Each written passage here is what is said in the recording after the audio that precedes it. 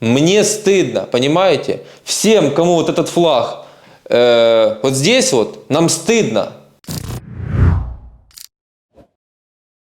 Здравствуйте. Сегодня я хочу поднять тоже довольно-таки важную тему, на которую меня натолкнул вчерашний стрим, комментарии после стрима. Кстати, кто не присутствовал вчера, обязательно зайдите, посмотрите повторе. Более 2 часов, я считаю, один из самых лучших стримов вообще за все время существования моего канала. А существует мой канал совсем недавно и недолго. Но вчера было почти 2000 человек в режиме онлайн. И это во время блэкаута. Так что каждый, кто посмотрит это видео, потом заходите на стрим, смотрите повторе и жду вас на следующем стриме в режиме лайв.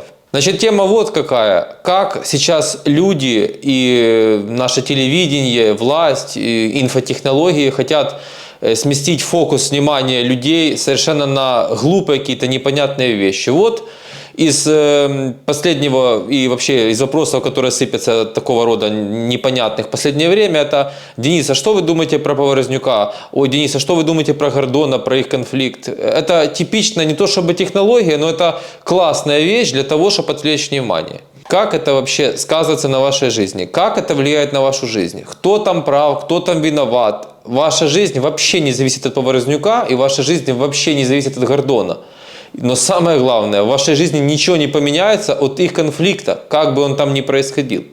Поэтому для разрядки как шоу это одно, но забивать себе голову, приходить на стримы с этим вопросом, приходить там на канал, на телеграм, задавать этот вопрос и вообще вам думать об этом совершенно не нужно. Потому что именно этого добивается Freedom, телемарафон и власть. Потому что у Поворознюка все прекрасно, это очень богатый человек, этот человек прекрасно взаимодействует с властью. Более того, этот человек сам пойдет во власть после войны.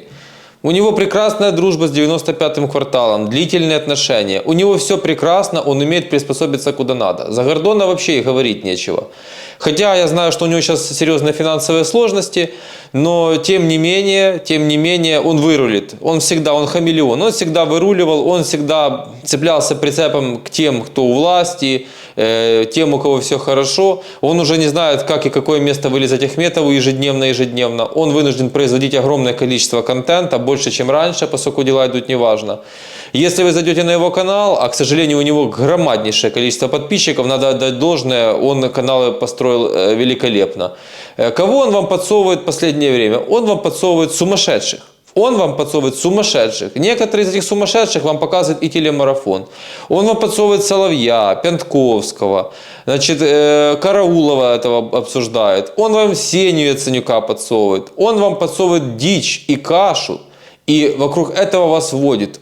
Да, я знаю законы медиа, нужен громкий заголовок, кликбейт, все такое, но нельзя скатываться в откровенную туфту. Потому что писать такие заголовки, собирать городских сумасшедших, просмотры, такое нужно Гордону, но такое не нужно мне, в этом мое преимущество. Дорогие друзья, если это вы сейчас не поймете и продолжите хавать это, то поверьте мне, очень-очень скоро вы будете смотреть ровно то же самое, только чуть-чуть под другим соусом, то, что показывают на Раша ТВ. А на Раша ТВ показывают уже буквально контент для психбольных. Астрологи-тарологи в один голос говорят о судьбоносной весне 23-го года, которая должна стать поворотной в истории. Так что же случится? Засуха, да. Что-то, что касается именно воды. Все побережье Америки, оно уйдет под воду. И если... Там Юпитер соединяется с Нептуном, что воды будет очень много. Америка, по моим предсказаниям, через в течение 2 лет она должна на штаты распадаться на части. Начнутся настоящие войны из-за воды. Европа будет экстренно нуждаться в воде. Сейчас Россия начинает выходить на свой самостоятельный уникальный путь. Если взять астрологическую карту нашей страны, то в полной мере то, что мы ось цивилизации, будет заметно уже в конце 24-25 году. В течение 7 лет найдут лекарство от рака. То есть это открытие, которое... Что доллар начинает резко терять свои позиции. И это он резко теряет свои позиции, а вместе с этим резко теряет позиции вся экономика Соединенных Штатов. Мы, так сказать, как бы встретились за шахматным столом с Соединенными Штатами, поскольку они последний лидер европейской цивилизации, последний и кульминационный, они нам как бы вежливо передают эстафету. После этого американцы окончательно уйдут с мировой арены, уползут к себе на континент и будут заниматься внутренними вопросами. Берегите себя и своих близких. До встречи завтра. Вы скажете, а почему ты говоришь только про телемарафон, мы смотрим YouTube? Да, но вот я вам привел пример Гордона, и второй вам пример привожу. Очень явный, очень яркий, и не для старшего поколения, которое смотрит Пентковского или Соловья. Рамина, канал «Ходят слухи». Вот мой подписчик тегнул меня в инстаграм-канале Раминой, там комментарии подключены, я так понимаю, только для тех, кто подписан. В общем, мне там нет возможности прокомментировать, хотя на канал YouTube я, конечно, ее подписан. Не буду повторяться, что я не думаю, она сделала большой скачок вверх, но чем она сейчас занимается, я хочу еще раз повториться, потому что это важно. Она приводит там по военной тематике, ладно, тренд. Она приводит туда Фарион. Зачем ты разъединяешь народ? Она привела Арестовича. И что получилось после этого? Она опубликовала, что второе интервью с Арестовичем будет. Первое же такое успешное. То есть эти люди, у которых большие каналы, с Арестовичем все понятно, тот играет свою игру, оболванивает, делает с вас дураков законченных, обманывает вас. Но наши люди, меня обманывать не надо, я сам обманываться рад. На здоровье, я устал уже говорить про Арестовича. Но Рамина, который раз обращаюсь к тебе. У тебя шикарный канал, куча классных видео. Не без проблем, но тем не менее. Но для чего ты народ кормишь гомном? Написал тебе там мой подписчик, чтобы ты меня позвала. Ну, я понимаю, что ты меня не позовешь. Это же не такой хайп, нужен же мейнстрим, нужно какую-то дичь людям в голову побрасывать, понимаешь?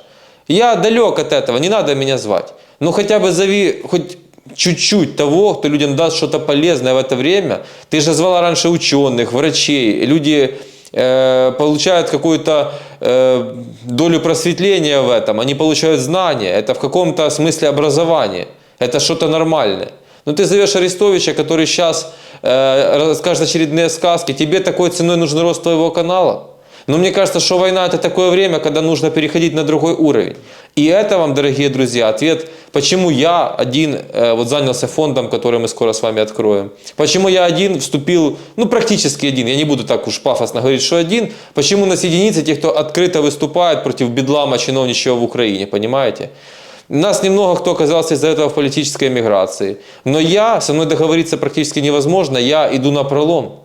Я вам это все время говорю, я не конформист, я не буду вот это вот увиливать и какие-то полумеры. Уже прекрасно для меня понятно и для всех умных людей, что происходит и что будет происходить после войны в мирное время, если мы сейчас с вами не включимся в эту ситуацию. Вот Мосейчук, которую Игорь Коломойский хочет следующим президентом вам поставить. Посмотрите, что у него говорит глава СБУ новый, Малюк.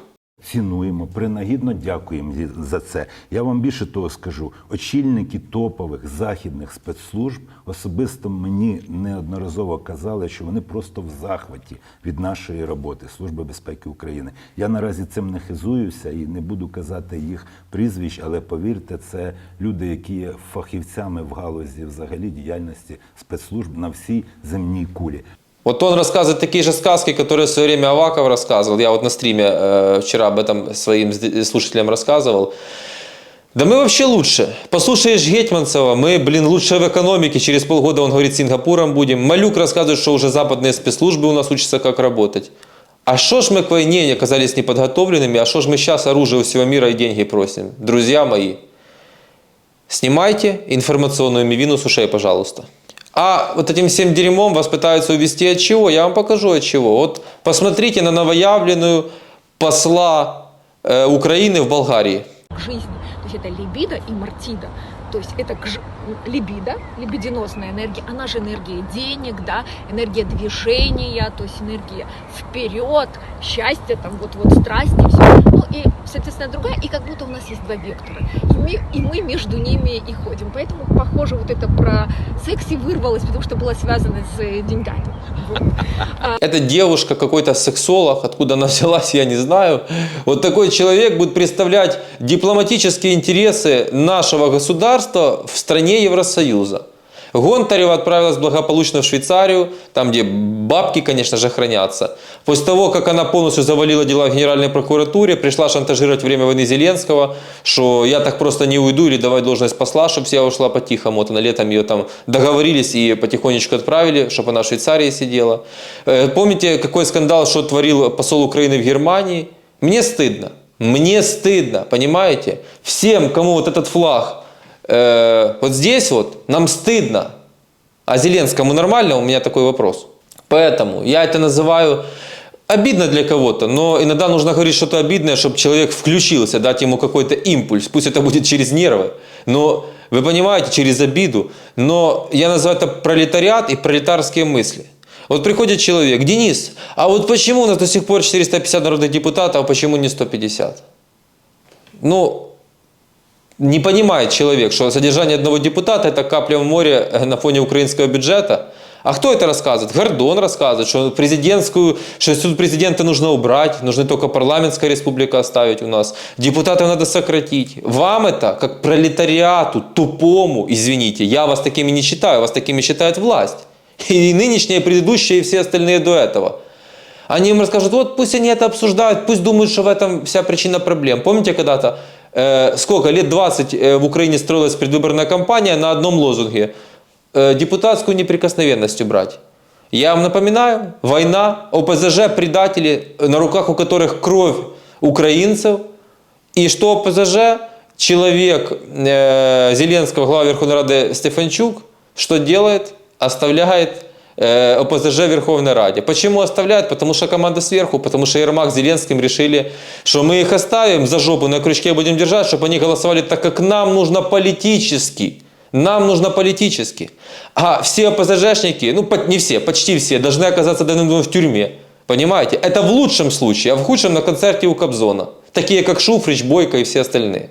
Но вам сейчас какую-то очередную сказку. Гордон, Поворознюк поругались. Ай-яй-яй-яй. Депутата надо сокращать, неприкосновенность. И любую сказку другую вам придумают. Для этого был языковой вопрос, которого не существует, придуман. Томас для этого, понимаете? Чтобы увести вас от реальных вещей. Это вот посол, это тоже вроде как на нашей жизни сильно не скажется. Но именно вот так вот все и перекручивается. Пока вы будете обсуждать Поворознюка с Гордоном, они будут делать свои дела. А во время войны им это особенно выгодно. Какой выход? Смотрите YouTube. Вообще забудьте про телемарафон и про всю информационную политику, которую ведет государство, потому что это уже граничит с дуростью, которая происходит в России. Вас пытаются превратить в таких же дурачков и зомби. Нельзя. Нельзя. На YouTube найдите каналы, которые вам пытаются привить какую-то идею, открыть глаза, идеологию какую-то, у которых есть какая-то конечная цель, куда и главное, как мы идем. Мы, это я имею в виду себя, свою аудиторию, единомышленников, которые будут участвовать в фонде, который я буду создавать здесь в Америке. Понимаете? Потому что просто, кстати, вот которые там вам рассказывают, тоже в Ютубе такие есть. Он очень умный, он уже решает вопросы геополитики, но только на карточку обязательно мне скиньтесь. Это не годится, и надо прозревать немного. И это то, почему я так психую, реагирую, когда мне говорят: а что ты думаешь про Гуру, там еще каких-то фамилий мне называют. Я говорю: как можно смотреть меня и вот это вот, когда мы вообще на разных берегах. То есть у людей в голове тоже откладывается неправильная мысль. Они думают: о, этот ругает власть, о, этот ругает власть, мне власть не нравится, буду-ка я их слушать. Нет, пожалуйста, надо глубже копать, нужно на молекулы разбираться. Я вам говорю конкретное решение проблем, я вам говорю, как и куда мы идем. Конкретика, без грязи. Мне не надо оскорблять жену Зеленского. Вот, кстати, вспомнил, тоже люди присылают. Вот, там написали, что жена Зеленского за 1 час где-то в Европе, в Париже или где потратила 40 тысяч евро. Ну, во-первых, я считаю, что это фейк, но даже если это не фейк, я сам Зеленского не люблю, я сам Зеленского ругаю, считаю, что он диктаторишка, и все его окружение это шобло. Но зачем я буду трогать его жену, даже если она потратила 40 тысяч евро? Ну, Зеленский до этого, мне 95-й квартал не нравится, и бабки у них олигархические, но он же не в кабинете их заработал. Понимаете? И жена его в 95-м квартале работала. Ну, потратила 40, так пусть хоть 140 тратит. Это разве на вас как-то повлияет? Потратила на 440 тысяч или 0 она потратила? Вы о себе подумайте, как наши проблемы решить. А я предлагаю конкретное решение. И слава богу, моя аудитория большинство знает.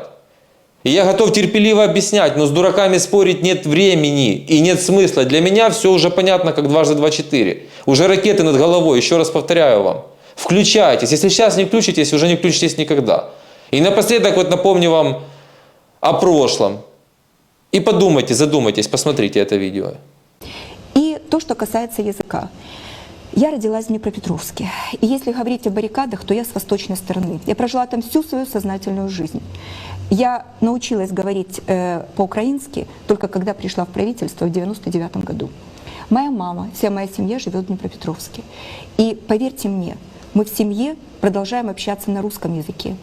И я никогда в жизни не приму ни одного шага, который может позволить хотя бы чуть-чуть унизить тот язык, на котором говорит моя семья.